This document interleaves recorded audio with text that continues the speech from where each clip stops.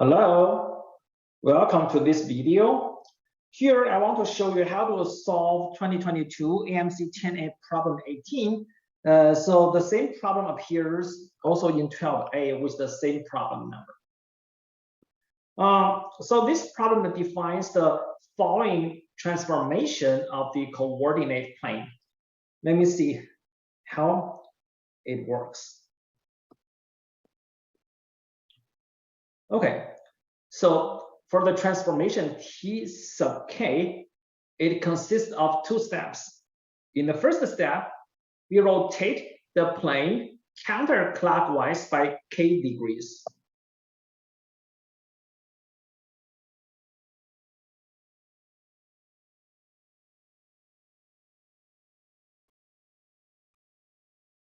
So we get here. In the second step, we make the reflection through the y-axis. So we do not make any change of the y-axis. So the blue one and the red one are the same, but we make the reflection of the x-axis.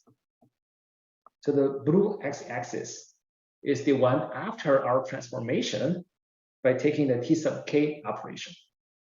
Okay. So let's compare the one before the transformation, which is the black one, and the one after the transformation, that is the blue one.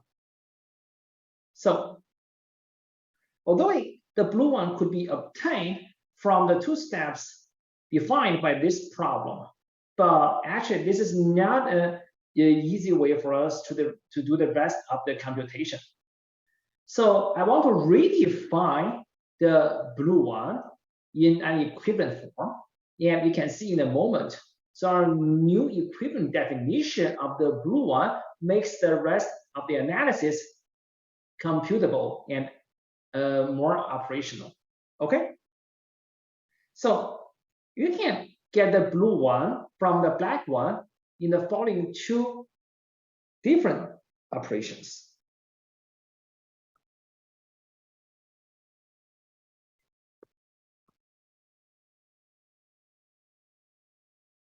In the first step, so let's rotate the coordinate plane clockwise with degree 180 minus k. So by taking this operation, we know that the x-axis goes to the same place as the one on the left side. But the y-axis goes to this place. Okay, so this is the first operation. And after that, in order to get exactly the same blue one as shown in the left side, so we have to flip over the y-axis, right? So let's change the direction of the y-axis to its opposite direction. So you see that by taking these two different steps, so we could still get to the same place as what we observed from the left graph, right?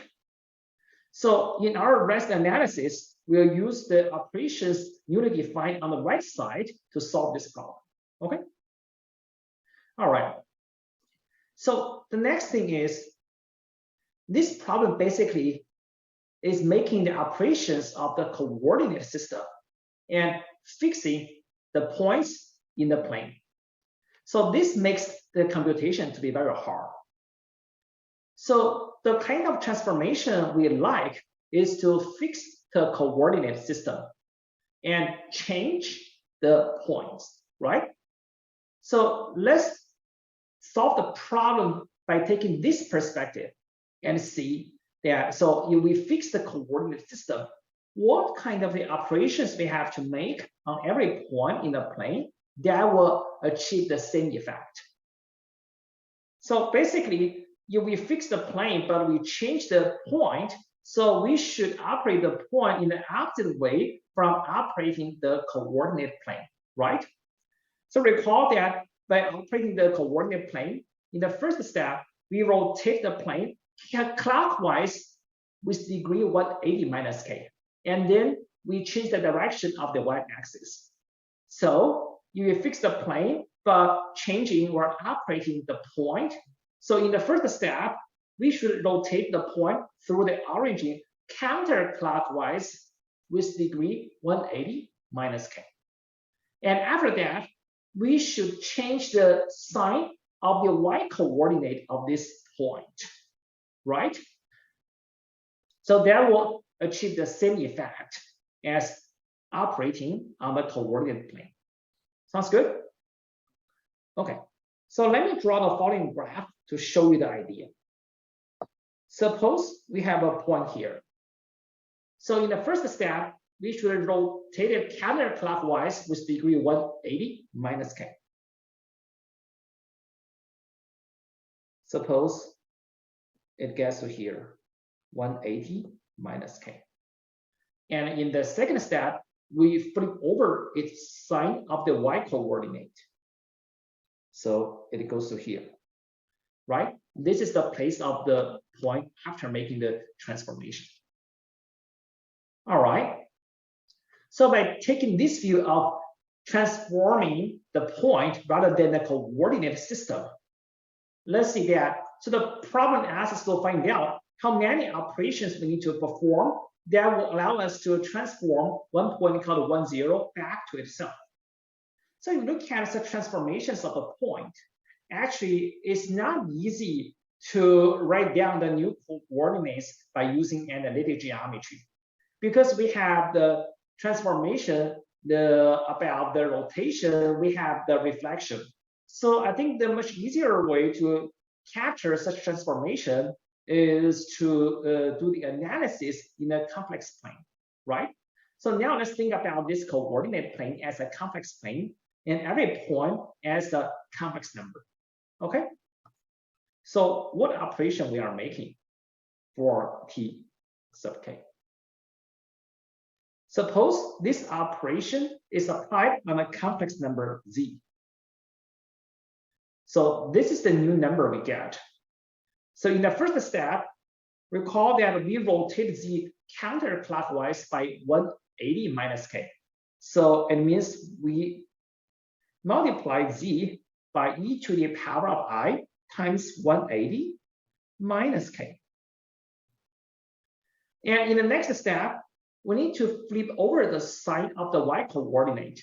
So in the context of complex numbers language, we are essentially taking the conjugate of this whole number. From the conjugate operation, so we could take the conjugate for each term. So we get e to the power of negative I, 180 minus k, times the conjugate of z. Sounds good? Okay. So you see that for the original number, after taking the operation, we get this new complex number. So let's follow this rule to solve this problem, okay? And the number we are looking at has the coordinates 1, 0. So 1, 0 in the coordinate plane corresponds to the complex number that is just equal to 1. So let's try to do several operations and see what kind of numbers we can get, okay? Suppose we apply T1 onto this complex number z. So we just get e to the power of negative I, 180 minus 1. This is very simple, right? And then let me apply T2 on the number above. So we need to multiply the above term by e to the power of negative I, 180 minus 2 times the conjugate of the above number. So we have to change or replace I with negative I. So we get this number, okay? And then let's apply the third operation, T sub 3, on the number above. So we should introduce the factor e to the power of negative I times 180 minus 3. And then we take the conjugate of the number above. So we replace every I with negative I.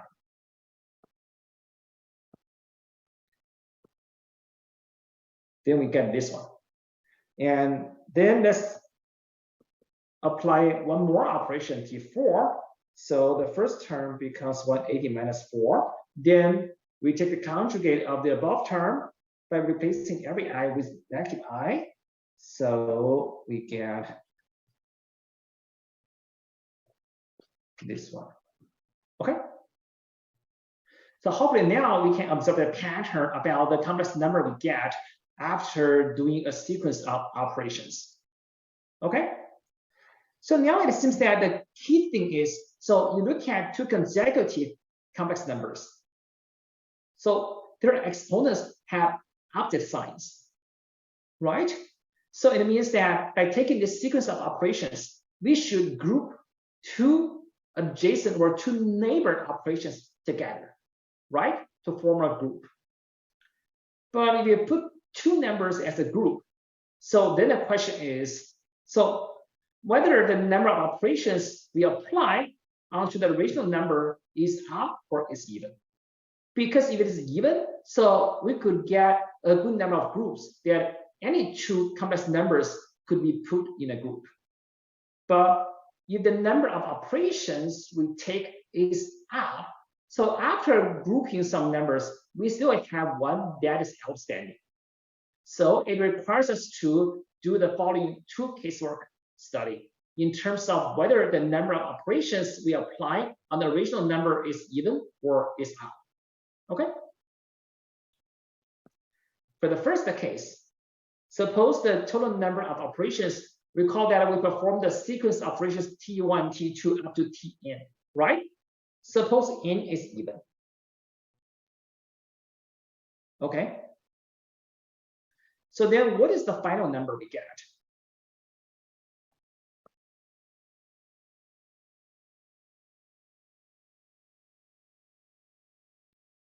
Right? So we can put these two numbers in a group, and the next two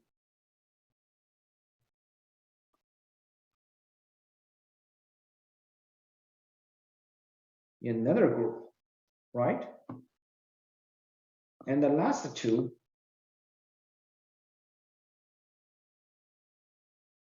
in the last group. Okay. And let's look at the pair of numbers in every group. So their exponents have opposite signs. One is negative, the other is positive. And the difference of their values is 1, right? Therefore, the product of two numbers in every group is exactly equal to e to the power of I, right?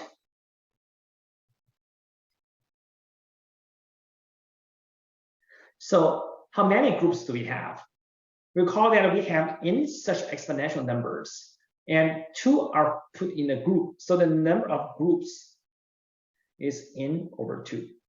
Therefore, this is equal to e to the power of I n over 2. So this is for the case that n is even. Okay. And let's go back to see what question this problem asks us to solve. So it asks us to determine the smallest number of operations such that we could put the number 1, 0, that's just the complex number is just 1, right? Back to 1. So basically, in the context of the complex numbers language, so we need to find out the smallest even number n such that this complex number is equal to 1, right? So what is the smallest positive even number n such that it is equal to 1? So that requires n over 2 should be equal to 360. This implies n should be equal to 720.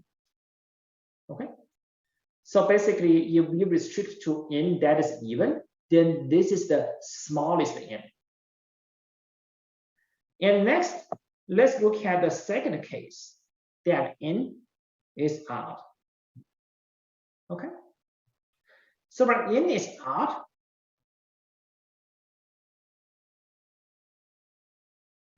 let me leave the first number as an outstanding term. And then for the rest of the terms, so we have in -1 terms, in -1 is even. So it allows us to put two neighbor terms together as a group.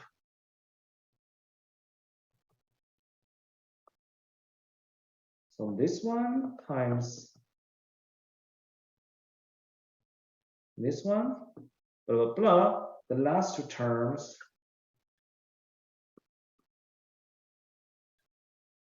Okay. Let's compute the product of two numbers in the same group. Again, so their exponents have the difference 1, right? So it is equal to e to the power of negative I, right? How many terms here is in -1 divided by 2? Therefore, it is equal to e to the power of negative I times 180 minus n plus n minus 1 over 2. This is equal to 180 minus this number. Okay.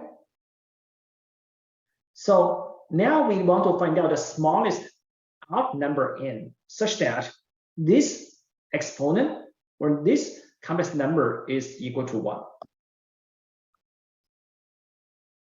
So to get it to be equal to 1, the smallest n should satisfy the equation that this is equal to 0. This implies n should be equal to 359. Okay. So now we have discussed two cases in terms of the parity of n. For each type of the n, we have found out the smallest n, right? So by comparing these two solutions, 720 and 359, obviously 359 is smaller. So the answer is 359.